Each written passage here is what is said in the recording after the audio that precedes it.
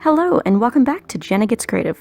My friend Weblight Dreams is doing a 14 Days of Love series right now in the first half of the month, where she's doing art materials and topics that she loves and collaborating with friends, and I am so happy to be a part of it. If you're seeing my video first, don't forget to check out hers right after this, and if you saw hers first, thank you so much for coming over to mine. Today, Weblight Dreams and I have challenged each other to create fan art pieces of some of our favorite characters.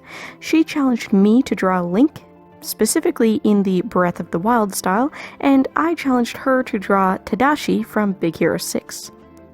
She said she had ideas for the piece right away, so I can't wait to see what she drew. I prefer to draw from reference, and I wanted to make sure I didn't copy someone else's fan art, so I found a screenshot from the game that's been shared quite a few times around the internet, just to be sure it's actually a screenshot from the game and not a 3D rendering by a fan. I'll flash it up on screen at some point right about now. I'll be honest and admit I made some interesting errors in my line art, and that's because none of these screenshots are super high resolution, so when I tried to zoom in and decipher details, things got blurry and confusing. My version of Link has a bead in his hair up in the front because there's something in his hair in the back, or maybe on his scabbard, that's blue and peeking through right about there in the screenshot, and it looked like it was wrapping around the hair. Of course, when you zoom back out, it doesn't look like that anymore. Oh well. And looking at my reference again now, it looks like I've brought the inner corners of his eyes down into too much of a point compared to the game version, so mine lost a bit of that wide-eyed anime look. Oops. Hopefully Weblight Dreams likes it anyway. By the way, if you're new here, whether you're coming here for the first time from her channel or you found me some other way, hey there, glad to have you. I hope you'll subscribe and turn on notifications. I upload twice a week at minimum on Tuesdays and Thursdays, and some weeks I have bonus uploads as well. I'll be hosting an international giveaway for my subscribers when I qualify for the YouTube Partner Program, which I'm hoping will be soon. So if you want to be eligible for that, make sure you're subscribed and watch this video all the way through to help me with my watch time. The giveaway prize will include a bunch of art supplies I've been setting aside, as well as a small original artwork. And of course, if you like this video, don't forget to hit like and leave a comment down below. I love reading your comments, I appreciate the interaction on my videos, and I do reply to everyone. Tell me which Zelda game was your favorite and which art style do you prefer. Also, who's your favorite character from the franchise? Honestly, mine is a toss-up between Epona and King Darunia. If you've been around my channel for a while, you probably know I followed the Linktober prompt lists in this past Inktober, and I based all my drawings very heavily on the Ocarina of Time art style. This is actually only my second time ever drawing Zelda fan art in the Breath of the Wild style, and the last time was when my sister visited last spring and we did a line art swap in person. She drew Link and Zelda in this style for me to color, and I drew her a trio of Koroks. So I feel like that hardly even counts because I wasn't the one drawing the humanoid characters. I think Breath of the Wild is an absolutely beautiful game, and I love the new species it introduced, but I still prefer the way Link was styled in Ocarina of Time and many of the games between that one and Breath of the Wild. You know, the blonde boy in the forest green outfit. Breath of the Wild was the first title in the franchise in decades to depict him as a brunette, and the shade of blue they've chosen for the outfit is such a green blue, it almost looks like it's actually supposed to be green half the time, which is trippy. Part of that color illusion is definitely because of the art style itself. The cell shading is nothing new, and personally I love cell shading, but all of the colors are so vibrant and oversaturated. Everything glows.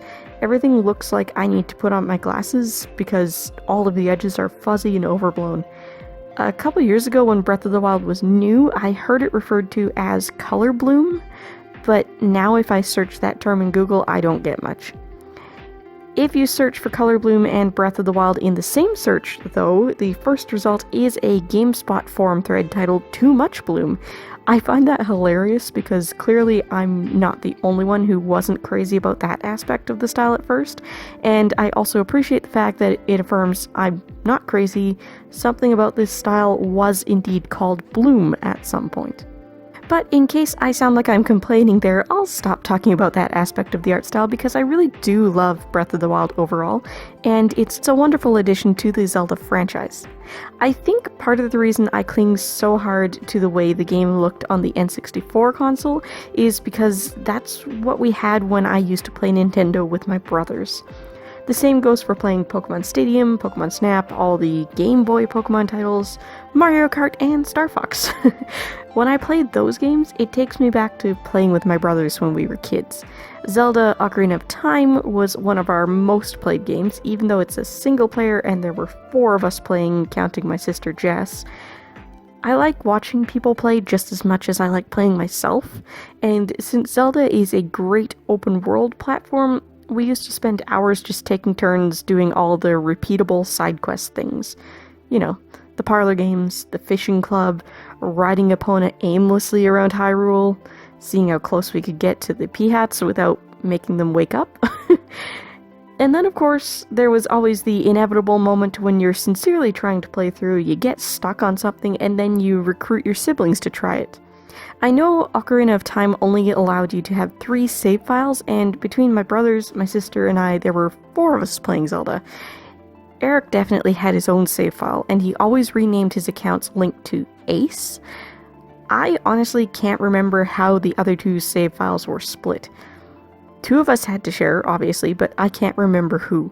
And no, Eric wasn't the oldest sibling, I was, but no, I still can't remember if I pulled rank and got my own save file or not, or if Jess and I shared one and the boys each had their own. It might have even been Eric, and then the rest of us kids, and then their dad had the 3rd file. Yes, their dad. Complicated family stuff. We're related, we're not actually siblings. We lived together and were raised as siblings for a chunk of our childhoods. When that arrangement changed, Jess and I continued to consider them our brothers. Eric reciprocated, Kevin didn't. We tried in our late teens and early 20s to repair that bond with Kevin, and now, unfortunately, that'll never happen because he passed away at 25. So, yeah.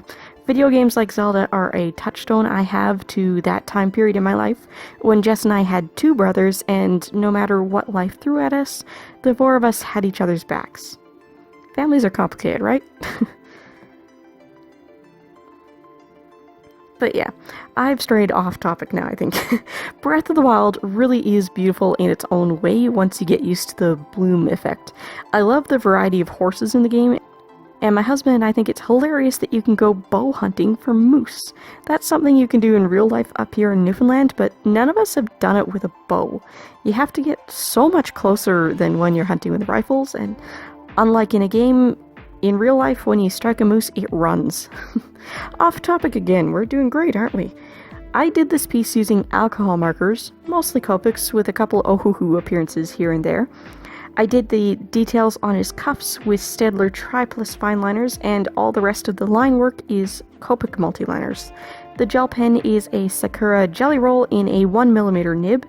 The paper is Transotype marker paper, which is one of my main go-to papers for alcohol markers, the other of course being good old cardstock.